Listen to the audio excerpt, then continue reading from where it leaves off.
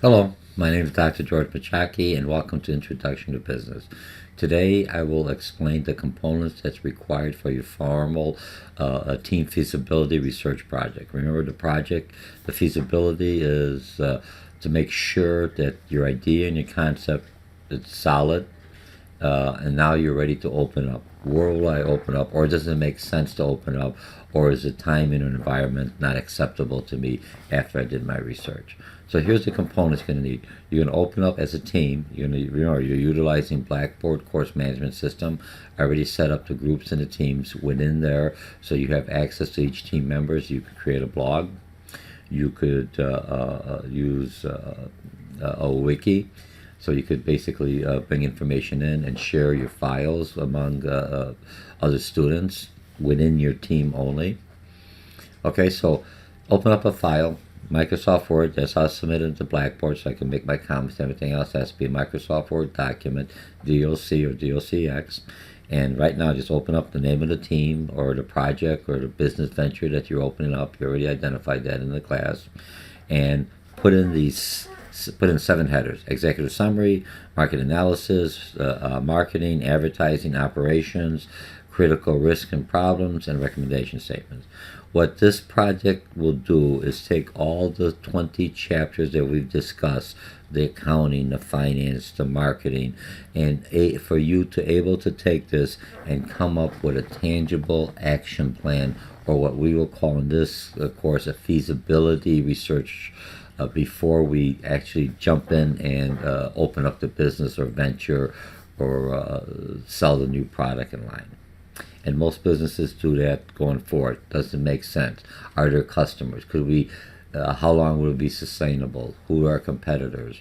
What should our pricing be? So you're taking everything you learned in this introduction to business, and you're coming up with a tangible item. Okay, so you have that. Now, before I go on explaining each of these, and you already have access to my concept maps, I'm going to do a quick checklist, what's required, and then we'll complete it also. Some students may not read all the way through, and it's, oh, I got the 7 headers, and I go. Here's what's going to be required for this.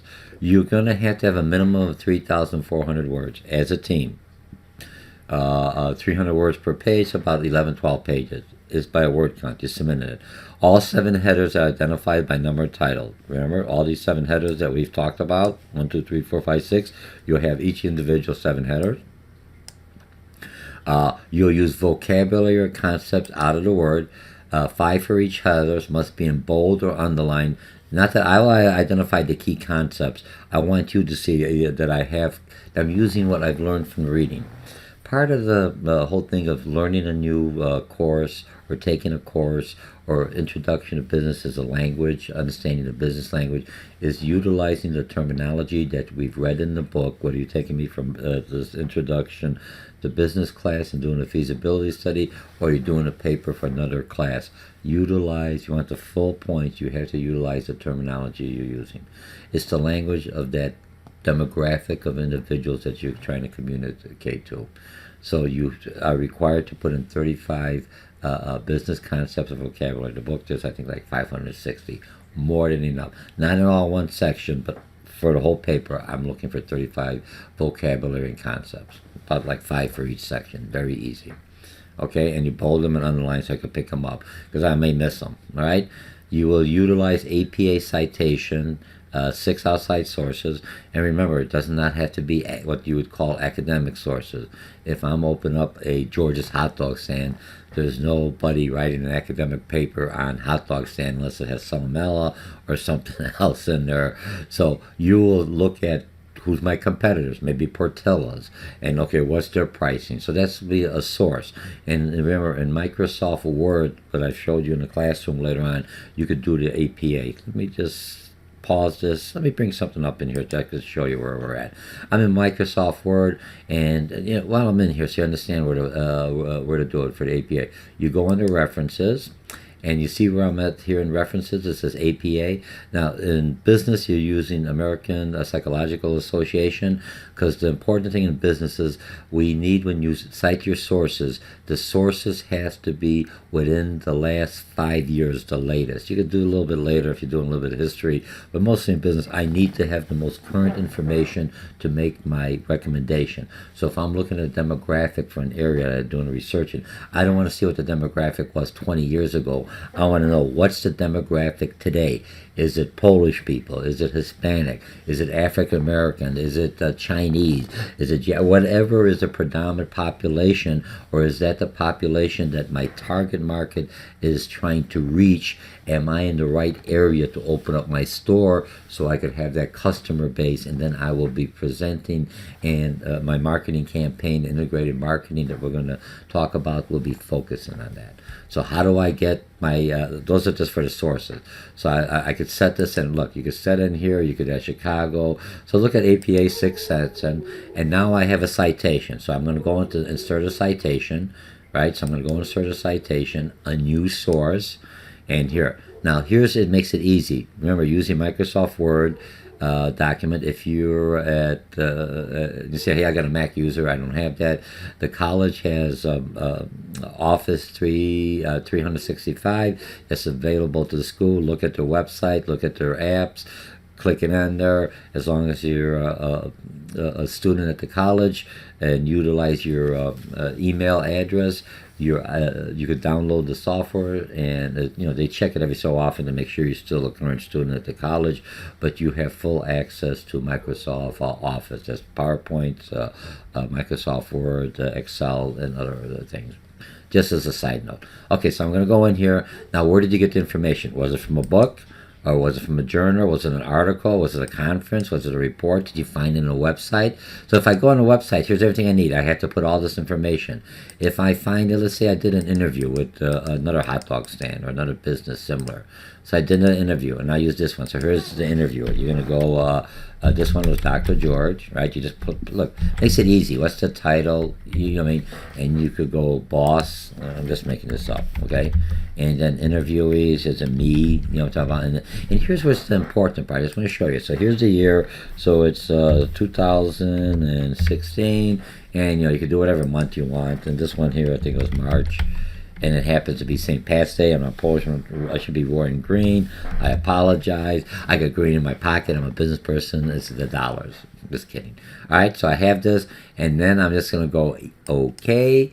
And you see how it comes in. So it tells me the name, the source, George, and the year. That's how I know it's an APA. So whenever you're doing your citation, and then later on you could go in and create a bibliography for this, and then your citations at the end, you'll find it at the end of the paper when you save it and you complete it. Makes it easy. So when you sit on the citation, it puts you in the correct format. Okay, that's all I'm going to do on this one. So let me just close out of, minimize this. So far, so you got your 6 citations. Very easy to do. You do it in Microsoft Word, references, APA, and then with the book, stroll it down, whatever you're looking, wherever you got the source. And you will have in a proper format, and after you submit it, at the end, you'll have your citations, a full citation, and a bibliography if you're not citing anything verbatim. Okay, your grammar has to be written at the college level, utilizing the concepts. It's turned into Blackboard, and it will be checked through, turn it in for plagiarizing software. There's no way. So it's your work and only your work, and I'm looking, and I also leave it open so you as a student could look at it to see what I see. If I see like it's been plagiarized, or comes up that you have 70% is plagiarized, and that's not necessarily plagiarized, somebody else's sources, I will look at it. If it's 5-10%, I may not look at it, because a lot of you will be doing the same thing, the recommendation statement, so you will have similar statements in the opening statement, so it kind of skews a little, okay? But you'll be able to see it. What I wanted, if you are quoting somebody, make sure you cite that. If you're using some references, make sure you cite it. Has to be cited in APA, so I see the year. I'm looking at the most current year for the information. Kind of making decisions now. I need to make sure what's the demographic now, not 10 years ago. What is it today, and how do I reach those customers? Okay, one paper for all team members. Now, this other thing is with the CATME is comprehensive assessment of team members' effectiveness, and I've discussed that before. The paper may be worth 150 points, 125, depending on the course you're taking me with. After you, as a team, work together and complete the paper and you submit it, in the paper, each individual will identify... Oh, I forgot to put this in here. Let me do this right now since I'm live. Insert. Each individual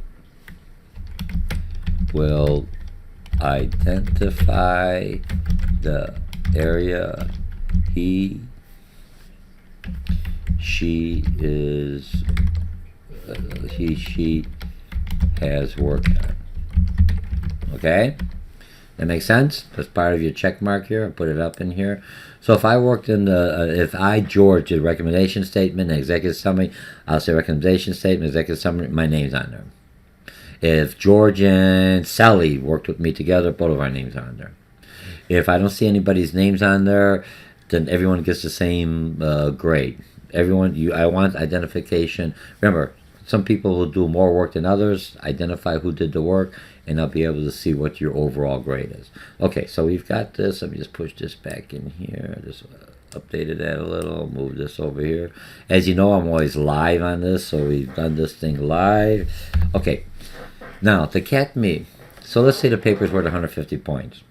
You submit the paper and I say, hey, the team did 150 points. You did well.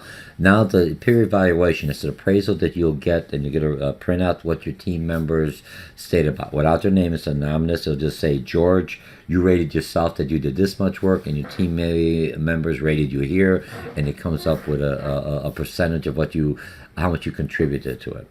So let's say it's 150 points. 25%, or like give or take, I think it's like 35 points for 40 points. Depends, give or take. All right, is on how your team evaluated. So if your team says George didn't do nothing, or if I look on the thing and your name is not listed in anything, you get a zero. You don't get any. You don't get the 150 points at all. You basically didn't contribute to the team. Your name is not included on the original team paper. You're out. Now you did some work, but very little. So now I look at what you produce, but you did a little here, but you didn't interact with the team. You didn't help the team. You didn't work as a team member. That's, it's not only the paper, it's how do I interact, the emotional intelligence within the team that this project's supposed to do. So, and your team rated you, saying you only did 40%. They rated you 40% out of that, so your grade will be reduced by the 50 or 25% by, so let's say 50 points, so you'll be reduced. You may only, so you may get, instead of 150, you may get 125 or 130, depending on what your team. That makes it fair, because in business, you have a team award, and then you have individual contributors award to that team. And everyone should be contributing equally to get that paper. Okay? That's how you learn to work in a team. Quick list. Okay, so remember this here? Okay, now let's go what's required for the paper. Okay, and then here are these websites, what I have in here. There's a www.sba.gov. Remember, you could go in there. They got a search in there. I want some information international. You'll look it up. If I'm going to open up a business in Wisconsin, there's a lot of people in California, wherever. You plug in California, and you'll tell you the requirements that's required for that state, and you could get some information. Okay? Department of Economic Commission, Commerce, State of Illinois, that's where we're out of, bureaus. You could also use different sites, like if you open up in Grays Lake, or open up in Palatine, or you open up in wherever you open up. I don't really care where you open up. Check the Chamber of Commerce. They'll give you the demographics. They'll give you a lot of secondary data that could help you. These are just some sites that you'll need. You also have to have your own website. At least tell me about a website. You don't have to create a website, but you'll have to have like www.georgeshotdog.com. I'll just check on it to make sure that there isn't a website like that. And the reason is because if you're going to come up with a name and a website, you don't want to create everything else, have your whole campaign, everything all sent out, and realize somebody already has a website. Or just a website similar that people may go to your competitor. So you may want to have your website short, catchy, but right to the point to reflect your business name. Okay, so the first thing you're going to have is your executive summary. Executive summary is similar to an abstract in business. It gives me a quick overview of all the other statements. Or it's like reading a book. I open up, what's this business about? And the reason this is important, if the executive summary has to be written well to catch my attention and just give me a little bit about everything, so I will read the whole paper if I'm an investor. And what happens a lot of times with an investor, they'll read the executive summary and they say, oh, this is a good idea, but my specialty may be in marketing and market analysis. I don't know nothing about advertising. I may know nothing about operations. I may know nothing about the cost structure or something else. So those I will give to another outsource for people who have that expertise, or what we've learned in our reading, an entrepreneur team, and they will look at that component only. They're not going to look at the marketing because they're hired to look at the advertising and operation, but they need to know what's the business, what's the model, who's your customer, and then it'll all fall in. So you have to have those headers. You do not start off this paper like you would in an English class, and you would say, today was a nice sunny day, and I decided to open up a business. No. Executive summary, right to the point. Here's my business, boom, boom, boom. Here's my market analysis. Give me the heading, and then so I could look at that section and understand. Now, you could use a program. There's a program, Business Plan Pro. It does the same thing. I adjusted this because I'm utilizing some of the questions and some of the concepts, which is a standard in business when you're doing a business plan. This is the first step to a full business plan. Is why spend all that time and energy if you don't think it's feasible up front. This is just to say, yes, there is a market.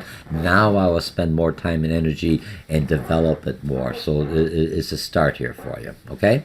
So executive summary is like an abstract. And let me go in here. Let me just close some of these up here. Okay, I got them all done for you. Now, you will have your concept maps. I give you the first tier. So if you know it's the first tier, not to freak you out, but some of you who will take me for an entrepreneur class or a higher level, I will expect more out of you. But for right now, you just need this first tier. So what does it do? It allows for a quick overview, right? Appears first, but is done last.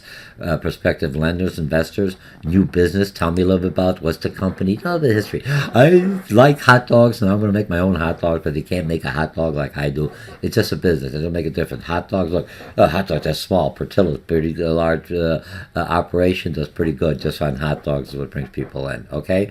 New business venture. What's your business concepts? What's your needs?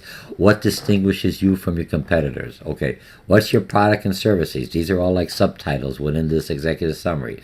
Okay, describe it. Any patents, any copyrights? And some of this is hypothetical. You said I already have a copyright, or I have a pattern out there. What's the logo? Remember, what's your name? It's like once you create the name, your whole business is going to be built on that. So try to find a name that's not offensive. Try to find a name that could go international. And not just use the name real quickly. Piggly Wiggly is around this area. Some of them are closing up. And that's good, real catchy here. We have no problem. But what Piggly Wiggly sell in the Middle Eastern countries, or in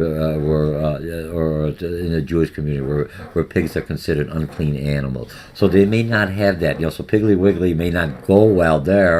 Do you see what I'm talking about? So try to find a name that, if you look at Visa got a name that's international, and you could have a name, George's Hot Dog Stand, no problem.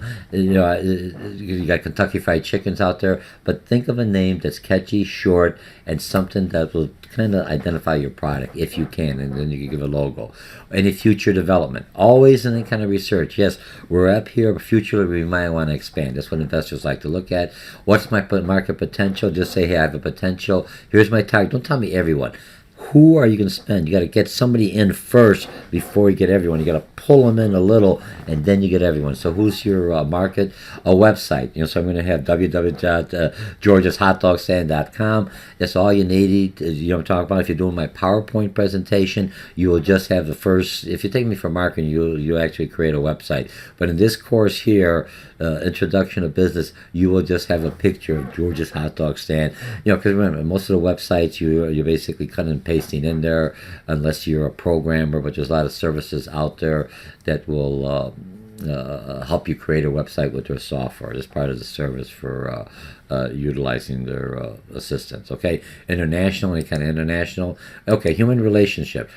Tell me when you look into staffing where you're going to find your employees. You can say I'm going to just hire them on the streets, or if I'm opening up a cafe in a college, I'm going to try to use the college students. Who are you going to recruit? A little diversification.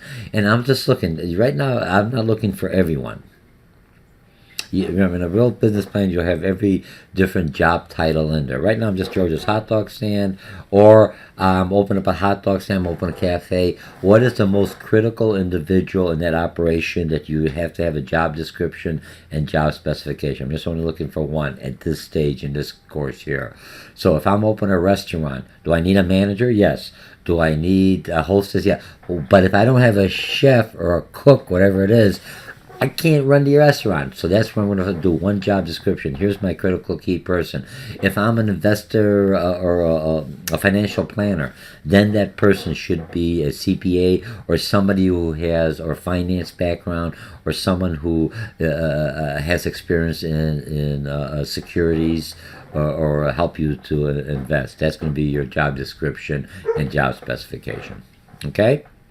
Okay, financing need. Right now, how much you need to get this product going or going forward? On this one, just give me a ballpark. I'm not going to knock you down. Just hand you 50,000. I need 100,000, whatever. You're going to get just from this point on. Just figure, yes, don't worry where the money's coming.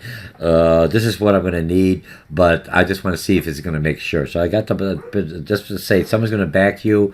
Now I just want to find out where I'm going to open up the business. Okay, so that takes care of my executive summary. The next thing you're going to do is your market analysis. Now, if I look at your market analysis, market analysis, marketing research. People sometimes get those concepts a little bit confused. They're the same. No. You're going to do your market analysis and market research is basically what you're going to do is you're going to find some information. So you're going to do like this. I'm going to do a market. I should put it in here and make it clear.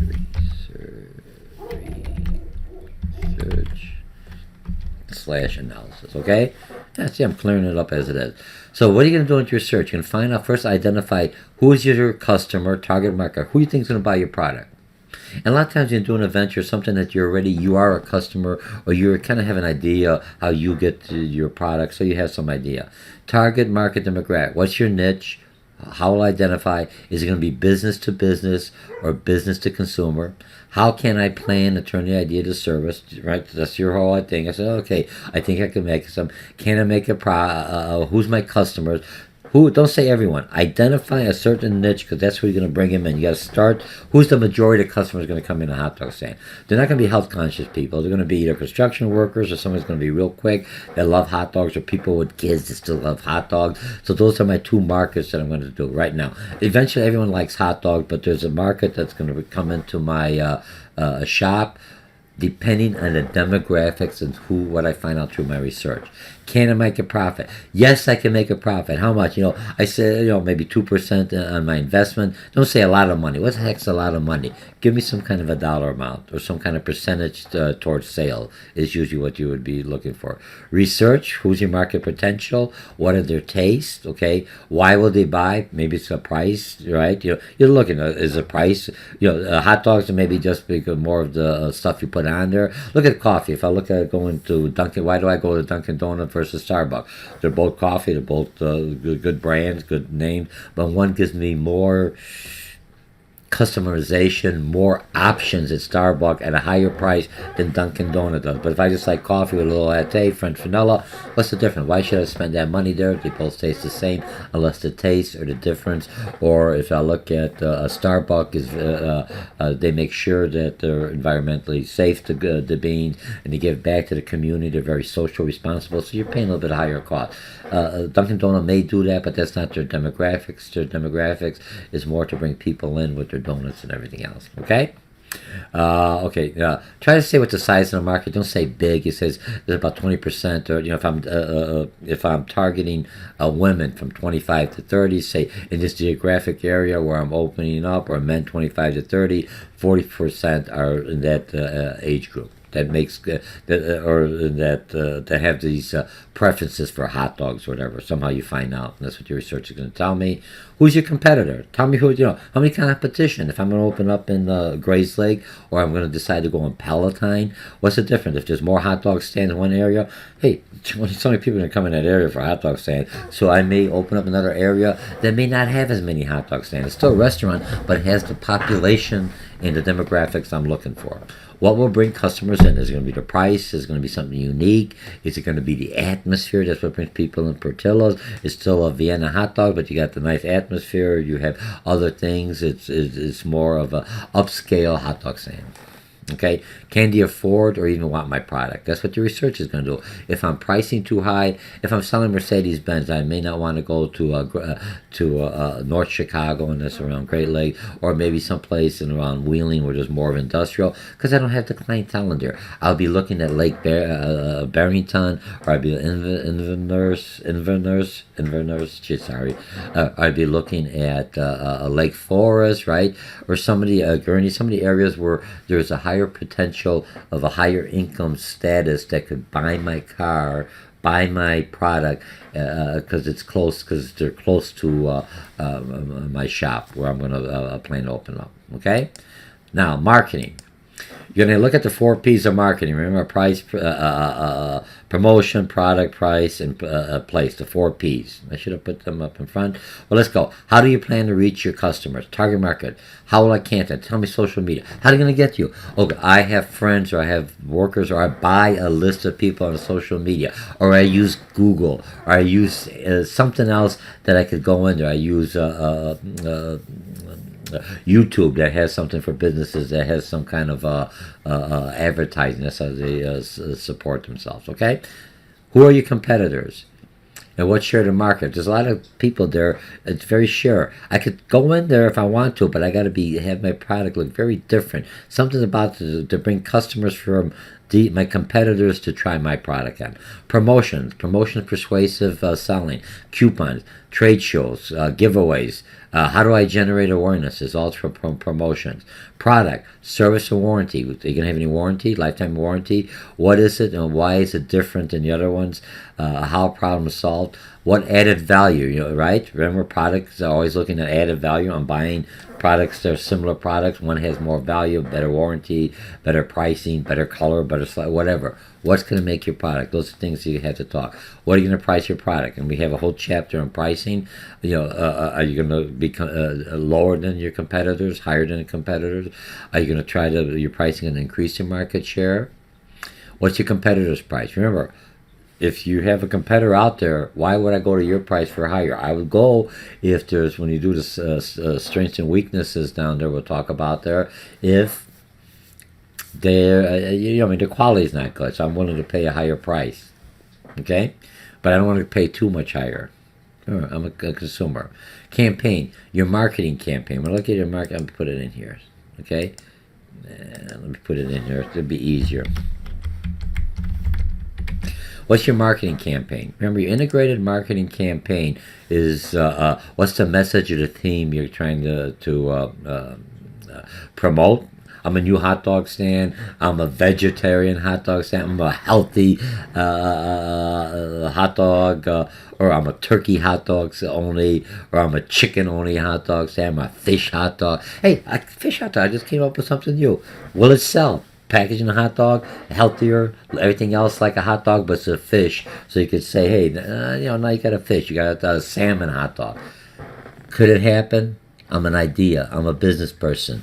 Who's my market? If I'm doing for people who are looking like fish and everything else, they may want to be with everyone else. You got people who eat hot dog but feel like they're left out. So now you have a hot dog that has a fish hot dog for those healthy conscious people. Just an idea. If somebody takes it, make sure you heard it from me and try to help me out. All right? Okay, so what's your international exporting or importing? Are you going to do any importing, exporting products or services? What's your distribution? How are you going to get it? Just a little. I'm going to buy it from a vendor or something. Now, your strengths, weaknesses, and opportunities. In your marketing campaign, when you're going to go into advertising and promotion, what you're trying to find out about your competitors with some of the exercise you did in the class. Remember, you already written it and submitted. Make sure you utilize that. What's your strength? If my strength is I've got a veggie hot dog or a fish hot dog that nobody else has. That's a strength. And what's my weakness is no one's ever heard of it. It may not sell, but the opportunities I may open up a new market. You got Burger King going into the hot dog business now because you want to expand their market other than hamburgers. Okay, and what are the threats? So strengths and weaknesses are internal to the organization. Opportunities and threats are outside.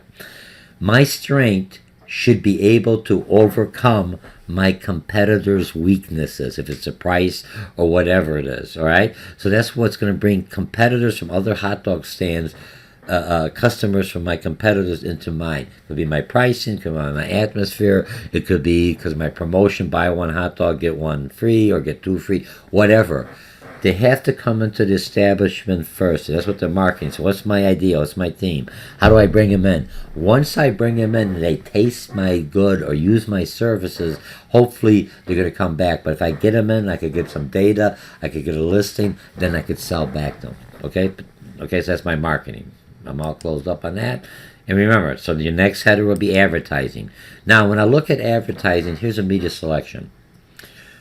If I'm advertising to baby boomers, we still read the papers, we still get the newspapers, we're still old-fashioned, not all of us.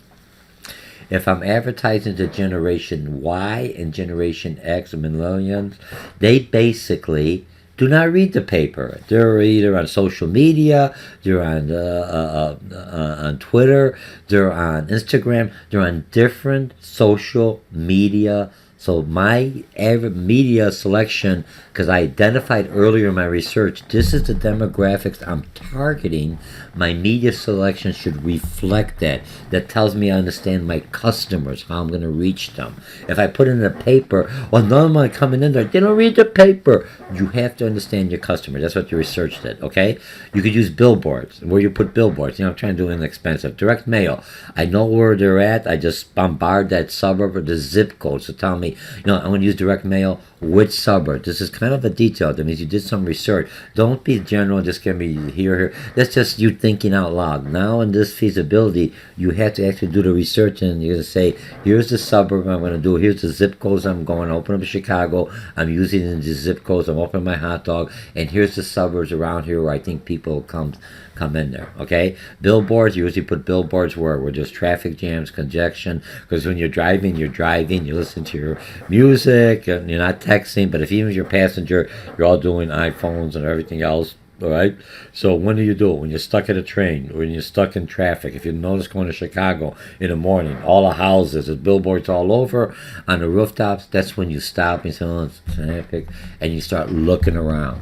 Okay, newspaper. What newspaper? Don't tell them I'm going to go Daily Herald, the Northeastern or Northwestern.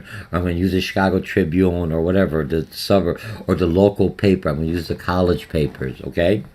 All right. What radio station? Give me a radio station. Is it country western? I'm selling country good. I'm not going to be doing in heavy rock music. There's some out there. I'm going to go into radio stations that my customers will be looking at. TV costs me more money. See, it says cheaper, and you're looking at how much exposure and rate you get. TV, what hours? And look, if you look at TV, people say that's too expensive. Look, you go cable TV direct, you could go exactly in the suburbs you're doing. Why advertise nationwide, and people are not going to go, even in Illinois, they're not going to drive all the way from south side of Chicago if you got a business in Palatine or in Grace Lake. That's too far. You're going to go something closer. Why spend that money? Because you're reaching people that will never be in your operation. So what you basically do, you will use direct TV, and you'll be able to specify, even when you do your ads in Google with the search, you can specify it by the area. Okay? Okay, so we have that selected. The next one is public relations. When I look at public relations, real general, if you take me for an advertising class, I'll get a little more detail. Public relations, remember, advertising is a non-paid communication that it's a paid communication from the business. So advertising is a little different than promotion. Advertising is my communication media. How do I communicate with my customer base or my market base? Public relations is part of the advertising because PR. When I open up a new restaurant, when I open up a new business, it's not by accident that the mayor shows up or a dignitary shows up. It's all controlled. So public relations, the news will say, and today George's hot dog stand is open up, and the mayor from whatever Grays Lake, or the mayor from Palatine, or the village of Palatine, or showed up to say, hey, he's helping economically the situation. So you control public relations to make sure that when I have my grand opening, everyone's aware. You notify the press, and they may air it, they may not air it. A lot of times they air it local communities, just to bring that generation. I can't control the message what the mayor's going to say, but I make sure that everything else is out there. So that's what they call public relations. Take the advertising class, we'll expand. Remember, in this course here, the Intro to Business, you're doing 21 chapters. It's a survey class. It's just an overview of everything else. Here, what I'm trying to do is take all these pieces, all this knowledge you've learned, and put it into one tangible product you could come back out of. But if you only know the definitions and a concept but don't know how to apply them, I don't need to hire you. I'll just Google it, because it costs me a lot less. Okay, so now you're looking at your ads. And then when I see the dollar signs, each one costs much. You only have so much money. In your business, you want to get the most bang out of your money, right? You want to take as much as you can to get the most exposure and frequency of your advertising. So you have to be, you gotta be a little truthful. Everyone wants TV. If you've got the money, fine. It's very expensive, but like I said, use a direct TV or late at nights where the rates are lower. It still could be manageable. Still could be a good return on your investment. Okay, ads, print, coupons, what size you use, colors, you use black and white. Remember, strengths and weaknesses in the advertising again. Why did you select this ad? And when are you going to open up? I selected this ad because this ties in with my target marketing. What's my advertising plan? When I look at advertising, it comes into when you take it for advertising. It's just a general idea. Exposure. How many people will see my ad? Billboard. How many people get stuck in the traffic there? How many people read the newspaper? How many people listen to the radio station? That's how they sell it to you. We have a market of so many people that listen to our station. We have a market of so many people. This is demographic that will read this paper. And now your response, you're looking at effectiveness, efficiency. I paid for the ad, how much is it costing, and the frequencies, how often do I want to run the ad? One time may not be enough if you're a new business. Sometimes it could be weekly, it could be monthly, whatever it is, right? So those are your advertising. What's the cost associated? So you run it at the ad the first time, the 3 months, you're going to find out, hey, I don't get any customers. I said, where did you find out about? No one. You find another media. Don't give money to something that's not generating customers. I'm not saying you're going to buy. You got to get them into the store. You got to look at your product, to talk about your product. Then they're going to buy. Okay, e-commerce. Everyone's going to have e-commerce. There's just life about it. Everyone, I could come to the store. Will you ship it to me? Will you bring it to me? Is there customers out there? Because the store's out of my area. It's just something I could sell to them. It's another source of income coming in there. Another product line that we talked about.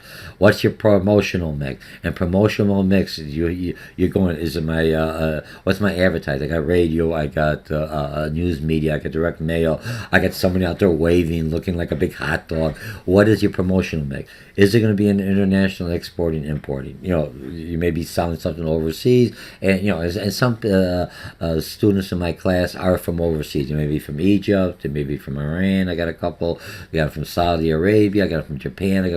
And they're coming here, learn about American process, and they're going to want to open up and utilize some of the techniques that you've learned here, and see how I could accommodate and adjust it to the culture I'm going to be selling. It still could work. People are people.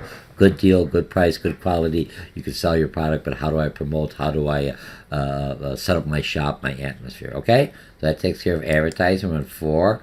Now your operation. Operation is pretty good. Location, facilities. Where are your advantages? Why did you select the location? You don't have to do it. I'm going to open up in a corner of whatever, 25th Street and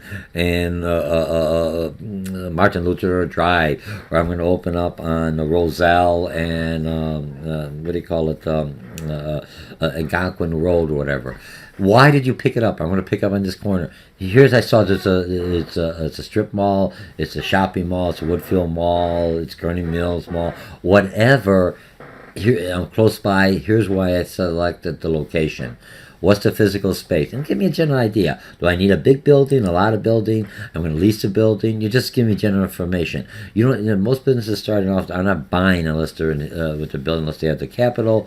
they basically will lease it out and get the business running, and then after a while they may move or they may expand to their own facility. What kind of equipment I need, future expanding, what's my fixed cost, just a general. We already will had that when we did the accounting, so you come up, what's my fixed cost, what's my variable cost, can I make a profit, fixed cost, I need the equipment, what's my variable cost on there. And we'll get that on. I'll go real quickly. What's the labor force? Can I find them? And the high school students are going to have special training. Am I going to do any kind of outsourcing? What's my distribution? I'm going to have the supplier or Vienna hot dog drop it off, or some distribution real quickly. And we've talked about that in class, and the author gives you some selection. All right. This one I don't expect too much. Remember, some of the stuff you're making up, you're thinking out there, you could research it, and you're just doing your best guess estimate at this stage. You're doing a feasibility study. Then after then you could say, hey, I understand the market. I can see. And it's all determining when I open up and could I make a profit. What are going to be some critical risks? You look at launching your business, your product. Look at them. What will happen if I'm opening up a electronic tobacco shop? I'm just saying that's something that's out there. You see them out there. They say that it's better than smoking, but now to find out there's some problems with that. There's some people that are maintaining it. They're taxing it. They're controlling it just like they would a cigarette and everything else. So now things have changed a little bit on that. What are the risks? They may stop me altogether. I might have to have more disclosure. It could be something else like to do on the sale. I don't know. What's the critical risk? This is just your assumption. These are risks. How could I overcome them, or could I overcome them, depending if they're implemented? I'm just thinking out in the future. Is there going to be any global influence, or is there new regulations? Okay? Now, so we talked about, so now you got all the 6. Remember, everything is in here. You talked about the executive summary. You sold the idea to me. I read all your paper, and now you're going to give me a recommendation summary. What do you recommend? After I've done the feasibility study, you're going to say, yes, this is the best, the product, the location, everything else worked. Select it because I could get a return on my investment by 2%. The demographics, this is a need for my customer base, my competitor. Don't give me a yes, it's a good idea. Explain it why, because this is the last thing I'm going to read, and in my mind I go, oh, wow. Yes, now I understand it. And remember, when you're doing your paper and you're writing your paper, I don't want to hear your names unless just identification, what section you did. If it's George's Hot Dog Stand, you keep on talking George's Hot Dog Stand. Your logo, someplace in there, always no longer it's the hot dog stand. It's the name of the company. So when I'm an investor, I remember I look at several proposals that I want to invest as an angel investor, or several proposals, or you're submitting it to the government for some kind of grant or some kind of assistance, and they're asking for a business plan. When you're ready to do a business plan, you at least say, I recommend this for these reasons. If I say I don't recommend it, after I did the research, no, Lake Forest or Barrington is not the right area for me to open up. Maybe the area for me to open up will be Schaumburg, and maybe it may be a Mundelein. Right? So your recommendations, let's open up here, and I'm going to do another feasibility study to find out if that area will saturate. Right here, that doesn't have the demographic. It has too much competition. The regulation doesn't work, and that's what I want to do. Because I, as an investor, may say, okay, I can see you're not recommending it here, and because of these constraints, but I may say, I could overcome those. But you have to list them, okay? And that's your whole paper. So, are we good? Sounds good. So remember your quick overview, minimum 3,400 words. Identify all 7 headers we talked about. Vocab at least 35. And they're in bold or italicized or underlined. So it's more for you, so you know you got 35 and not points, and you're not going to get the full points as a team. Come on. You have 5 or 6 people. Sometimes the teams are 2 to 3. You still could manage. All this work was done by one individual. I've done this a little bit differently because it's a team project now. There's a lot of the schools or the colleges, they're looking at teamwork or what they consider collaborative learning. How do I work together and share ideas and communicate and try to sell my ideas and work with people who have different ideas or different views and still come up with a product that's very vital and profitable. and sustainable. APA, 6 citation, you utilize Microsoft Word doc, because that's what how you this paper has to be submitted in that format with a DOC or a DOCX. I think it's 2013 and up, and you just go into references, APA, and look at the different citations. Okay, one paper from a team member submitted in Blackboard. It will be going through a plagiarizing program. Each individual identify the area he or she worked at, right? You list the name of the team members on the paper. If an individual did not contribute at all, his or her name is not on there. They get a 0. They do not get any points for this team. There's no slackers or people going for a free ride. That's not how it happens in business. That's why this whole thing is set up. How do I work in teams? How do I do things? Everyone contributes equally like you would be required in business. And then the next thing is your CATMA peer evaluation. You'll get a link, a separate link. They'll say, Dr. George, please click on here, fill out this survey on your team members, and then I will get the evaluation. You will get a printout of not all the comments you wrote about the other individuals. You'll just get a printout. Here's how you rated yourself, and there's some attributes that I'm looking for. How did you work in a team? Did you contribute in a team? Were you punctual in a team? Were you the one that was always fighting the team? And how did your team members rate you in those different categories that's in that what do you call it, the comprehensive assessment of team members' effectiveness, and that will be a grade. And then 50 points out of 150 is depending on the grade your team members did. So the team may get the 150 points, and if you were one of those that did very little or anything else, you may only get 100 points. So you may only get a C out of the project, or a D. If you didn't do nothing, you definitely get an F. And the same thing happens with PowerPoint. All right? So that's it. It's not that bad. And remember, all businesses, when you do any kind of action plan, you always have executive summary. It's your abstract, and you have your recommendations. And here's why I think the project should go or shouldn't go. And I think I'm about 60 minutes. Hopefully I'm going to need an hour. But any questions? It's in line. And this one's specifically for teamwork. And trust me, look, people used to do this all by themselves for me, for one class, on my class, and some of them still do it for me on my online classes. Just instead of 3,400 words, they do 2,400 words, like 8 pages, regular research paper. Split up the work nicely. You'll learn how to work. You'll learn how to divide the work. You'll learn how to put it all together. You have somebody who's going to be an editor. Somebody's going to package it. Someone's going to submit it as one. But you're all working independently, but still working as a team or a group project or collaborative learning. And I enjoy reading the papers, good ideas. And this way, when you're going for your interview and says, I've got a business administration degree, or I got a marketing degree. Oh, really? And you look at other people from the same school and you go, okay, but look, I did this project. And and here's the portion I did. But I was involved in the whole project. I was more focused on here, but I put input in all these other things. You go, oh, man. The individual could write. He's creative or she's creative. They've got an idea. They have an idea how to do research. You're also a product and a brand. You have something tangible to show them added to it. Now, after you finish this and you take me for marketing, you take me for HR, you take me for finance, you take me for consumer behavior, you take me for advertising, depending on the schools that I teach at. I teach all those courses. You will do the 1-2 paragraphs you've written in here.